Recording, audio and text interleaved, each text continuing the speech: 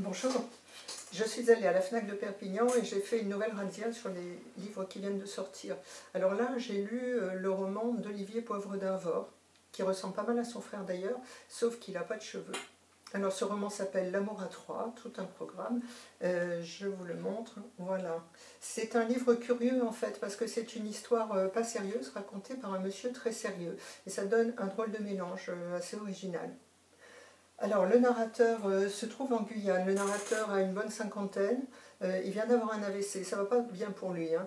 Il vient d'avoir un AVC, il s'en est pas mal sorti, mais il boite. Il marche avec une canne. C'est une très belle canne, mais c'est quand même une canne. Pour tout arranger, il a des gros problèmes de mémoire. Sa femme est en train de le quitter. Et puis, professionnellement, il n'est pas content de ce qui lui arrive. Alors, il se trouve en Guyane, pourquoi? Officiellement pour participer à une conférence. En vérité, il veut retrouver Frédéric Salomon, son ami de jeunesse. Pourquoi est-ce qu'il veut le retrouver après 40 ans ça fait 40 ans qu'il ne l'a pas vu? Il veut le retrouver pour lui annoncer la mort d'Hélène. Alors, qui était Hélène? C'est là que le récit nous ramène à cette époque-là. Le narrateur a 15 ans, Frédéric Salomon en a 18. Ils sont tous les deux en terminale littéraire, où on fait du latin et du grec. Ils ont une prof de philo ravissante, complètement nymphomane et férue de philosophes grecs. Tout un programme là aussi. Et il va y avoir une belle histoire d'amour et d'amitié entre ces trois personnages. Une histoire qui va se faire selon le schéma si compliqué sentimentalement parlant du triangle amoureux. Ils vont vivre 2 ans à Rouen tous les trois. Et donc il va y avoir les deux amants et l'ami voyeur, avec toute l'ambiguïté sentimentale que ça implique. Alors il y a de très belles scènes dans ce roman. Il y a en particulier une scène terrible où la mère du narrateur vient voir son fils et elle le voit avec cette femme et elle comprend tout de suite que son fils est en train de vivre avec une femme plus âgée et elle a cette réaction terrible, elle confie son fils à cette femme en lui disant surtout faites attention qu'il fasse de bonnes études. Évidemment il ressent ça comme un terrible abandon. Il y a une très belle escapade à Étretat au bord des falaises qui va être le nœud du récit.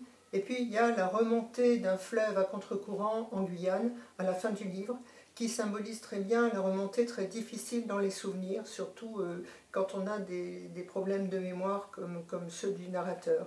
Voilà. Que vous dire aussi, c'est un très beau livre sur l'amitié en fait. Ces deux amis, en fait, normalement tout devrait les séparer. À notre époque, je pense que tout les séparerait, mais on est dans les années 70. L'un, le narrateur, est très à gauche, l'autre est très à droite, mais dans les années 70, vous savez, c'est pas si grave que ça. C'est un livre sur la mémoire, et je vous le disais, un livre sur l'amitié, avec une très très belle définition de cette frontière entre l'amour et l'amitié que vous avez tous dû voir se pointer à l'horizon une fois dans votre vie, et je vous l'ai recopié.